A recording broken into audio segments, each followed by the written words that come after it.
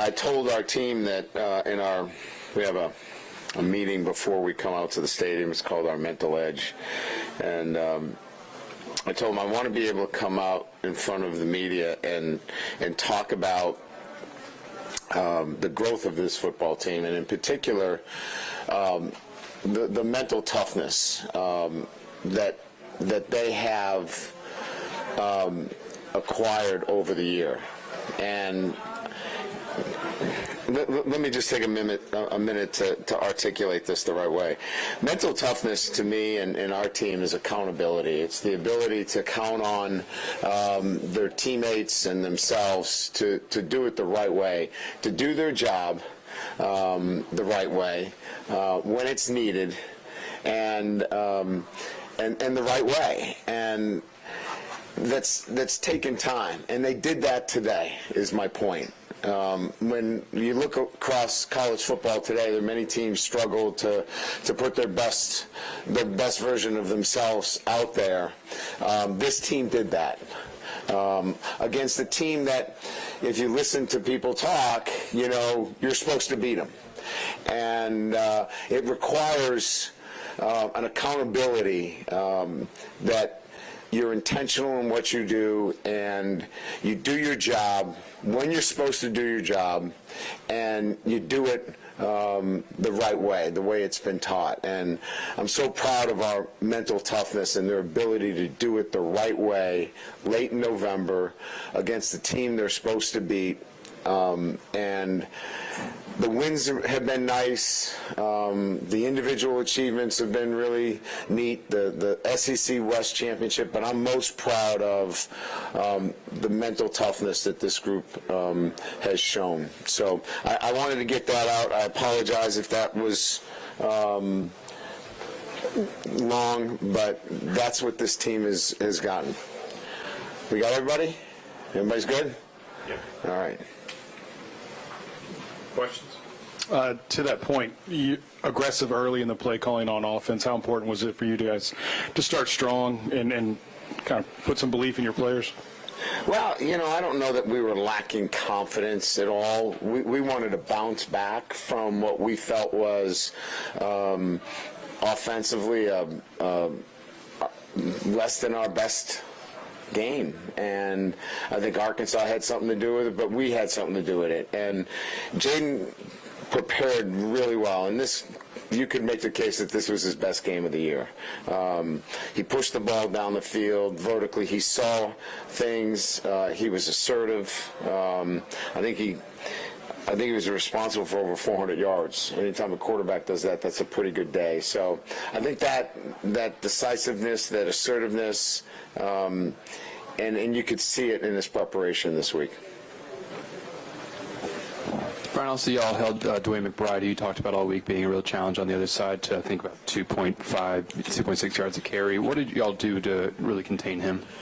Well, again, I think, when we've been challenged with the great backs, whether it was last week against Arkansas or this week, earlier in the year, obviously, we've had many challenges, whether it's Alabama or Ole Miss's running game. This group has responded to those challenges, and it's a collection of a number of guys just buying in and doing their job, and it goes back to what I said earlier. That accountability. You do your job, okay? You don't do somebody else's job. And when you have a defense and each one of them is doing their job, you play really good run defense, and that's what we've been doing. Yeah, Brian. Was this y'all's most efficient game of the year on both sides of the ball? Even not looking at game film, just watching it. We gave up the kickoff return, which, that's another thing in itself. I mean, we're so low in numbers on those teams. We're running wide receivers down there. It's difficult. You take that out, it arguably could have been our most efficient game on both sides of the ball.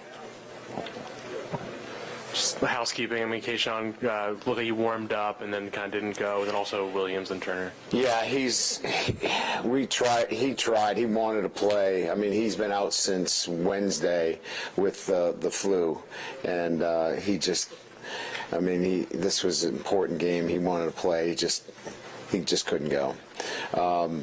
Josh is the knee, and I guess in some instances, if we pushed it, we could have gotten him ready, but we thought it was smart to really be safe with him and have him full go for next week.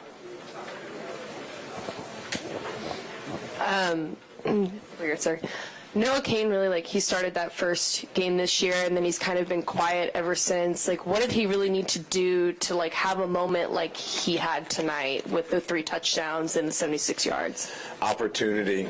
It's just a crowded backfield, and you look at that across, again, college football. There's really good backs that sometimes don't get the carries, but when they get their opportunity, make the best of it, and he did. We've always had faith in him. He's a kid that wanted to come back to Louisiana, and it's great to see him, on this night, last opportunity in Tiger Stadium this year, because he's got another year, have the kind of game that he had. Brian, going back to what you said at the start about accountability and the middle edge, obviously you can tell them, you can come in to a program and tell them to do this and do that, and this is what I want you to do.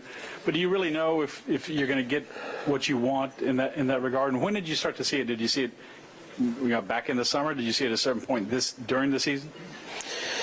It's been just a process for us that got better and better as we were consistent and we built trust with the team. And that's what this is about. It's you're building trust, you're building relationships, and that takes time. It just doesn't happen overnight. My first meeting, I said, listen, you're going to have to trust me, and it's not going to happen today. It's going to happen over my words and deeds. I'm going to have to back it up. That what I say, I mean, and that's going to take time.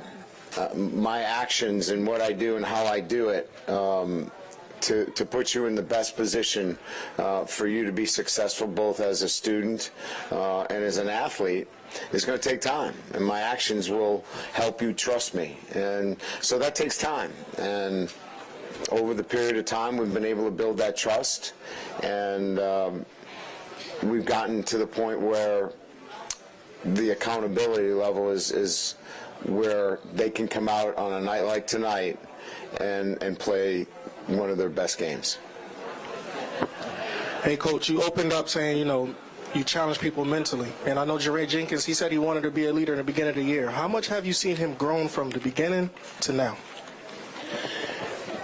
I've seen a lot of growth. I think it's maturity in taking on responsibilities and wanting to leave a legacy, that he was one of those leaders that was part of taking this team from last to first in 1 year. I mean, literally last to first. And so that's big. And so I think that's what he wanted to be part of, and he feels really good about that.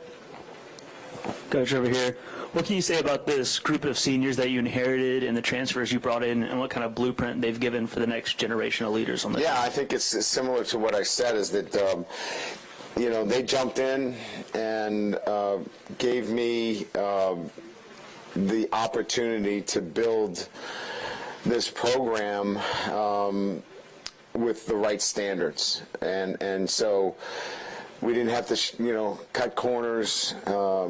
We didn't have to take 3 steps back, right? And we were able to take steps forward every day. And some of them were small steps, and some days we didn't take any steps at all, but we never really had to take major steps back. And that's attributed to these seniors that we sent to their last game this evening.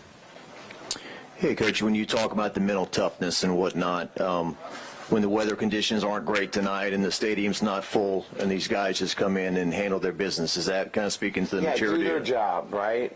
When they need to do it, the way we've asked them to do it, right? And laying it out that way and that simple. And so weather elements don't matter. Conditions don't matter.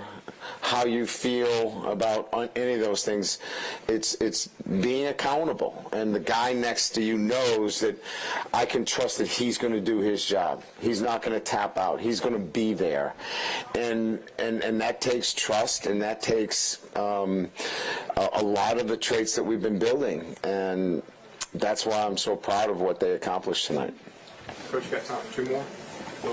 Brian, is it right that Armani Goodwin's going to miss the rest of the season? Yes. And then Charles Turner, what do you expect for him kind of moving forward after he didn't play tonight? He's pretty beat up.